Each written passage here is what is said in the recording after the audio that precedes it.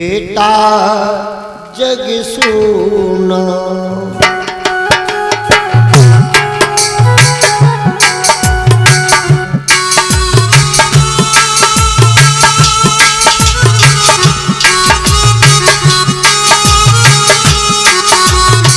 लाला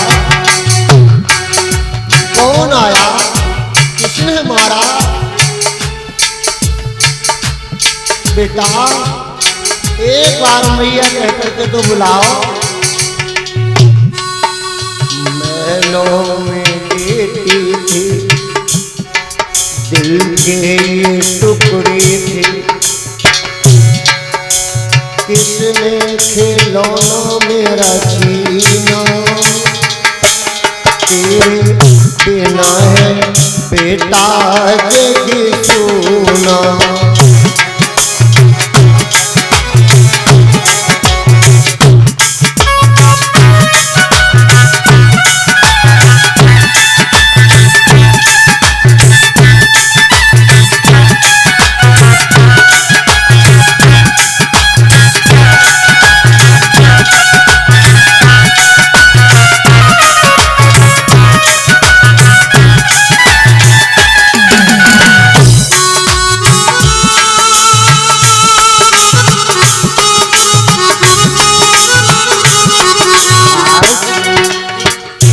प्यारे द्रौपदी छटपटा रही है, पांचों बालकन के धड़ देखती है, पछाड़ खा करके गिर जाती है।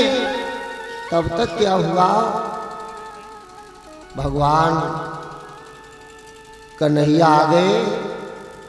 कन्हैया को देखा, भैया भैया तुम्हारे खेल में कोई कसर बाकी रह गई हो, पूरी कर लो भैया। भगवान ने कहा, द्रौपदी ये बहुत अच्छा हुआ जो आज तुम्हारे पुत्र ही मारे गए। अगर आज पांडव महलों में होते तो पांडव भी मारे जाते, तुम्हारे पुत्र भी मारे जाते। लेकिन रो नहीं द्रौपदी, किसी के भाग्य पर हमारा कोई अधिकार नहीं है। अर्जुन ने जिस समय द्रौपदी को रोते देखा, अर्जुन को क्रोध आया। क्रोधम च ज्ञानम नाशनम, क्रोध से ही सर्वत्र ज्ञान का नाश होता है। दो चीजें कभी एक साथ नहीं रह सकती हैं। जिनके हृदय में क्रोध होगा उसके हृदय में कभी ज्ञान नहीं रुकेगा, ध्यान रखना। अर्जुन को क्रोध बढ़ा, ज्ञान नष्ट हुआ। अर्जुन ने कहा, द्रौपदी अपने केसों को बिखेर दो, रोने की जरूरत नहीं। जिसने मेरे 5 बालक मारे हैं मैं उसे पकड़ करके लाऊंगा और तुम्हारे सामने उसके शीश को काटूंगा।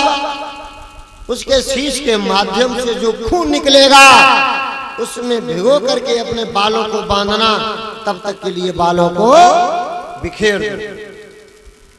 द्रौपदी ने अपने बाल बिखेर दिए। द्रौपदी ने बाल बिखेरे, परीक्षित महाराज महाभारत हो गया। और लंका में श्री सीता जी ने अपने केस नहीं बांधे थे, लंका का विनाश हो गया। और आज मैं अपने भारत देश में देख रहा हूं कि बाल खोल के चलना ये फैशन हो गई। क्या होगा, किसी भी अवस्था में किसी भी मां बहन को अपने केस नहीं खोलने चाहिए। आज से याद कर ले,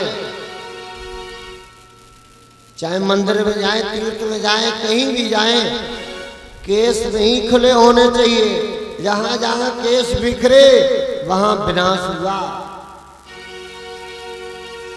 द्रौपदी ने अपने केस बिखेर दिए, लेकिन 5 पुत्रों का दुख, एक पुत्र का दुख नहीं सहन होता है माता पिता से। और द्रौपदी को देखो, अर्जुन ने भगवान कन्हैया से कहा, प्रभु रथ को ले चलो। भगवान रथ को लेके चले अश्वत्थामा के पास। अश्वत्थामा के पास में जिस समय पहुंचे उसने तुरंत बाण का संधान किया जिस बाण को भगवान श्याम ने पान किया, अर्जुन ने तुरंत अश्वत्थामा को पकड़ लिया और रथ में डाल लिया और लेकर के आ जाते हैं जहां पर पांडवों की सभा लगी थी। बीच सभा के मध्य में जिस समय अश्वत्थामा को खड़ा किया गया, मेरे प्यारे, अश्वत्थामा नीचा सर किए खड़ा है। क्यों?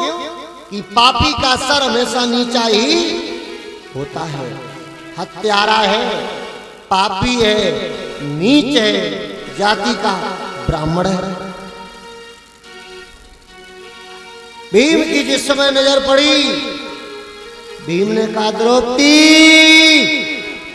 यही अपना दुश्मन है जिसने अपने 5 पुत्रों का वध किया।